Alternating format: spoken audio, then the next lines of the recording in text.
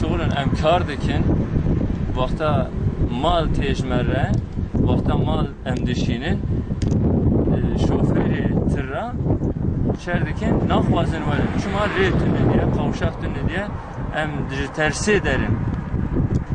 Şava derin. Vakta tersi nerin? 8 kilometre gele em doğru yerin. 8 kilometreci pirreyi em yetkiliya bakan yokuna milletvekili yokuna ida ki sorumluysa em dixwazin bira çareki bibini bira va göbega bini organize nezikevi. Organize Sanayi Bölge Müdürü Murat Özarka. Organize Sanayi Bölgemizde şu anda 23 tane işletmemiz mevcuttur. Faal halde.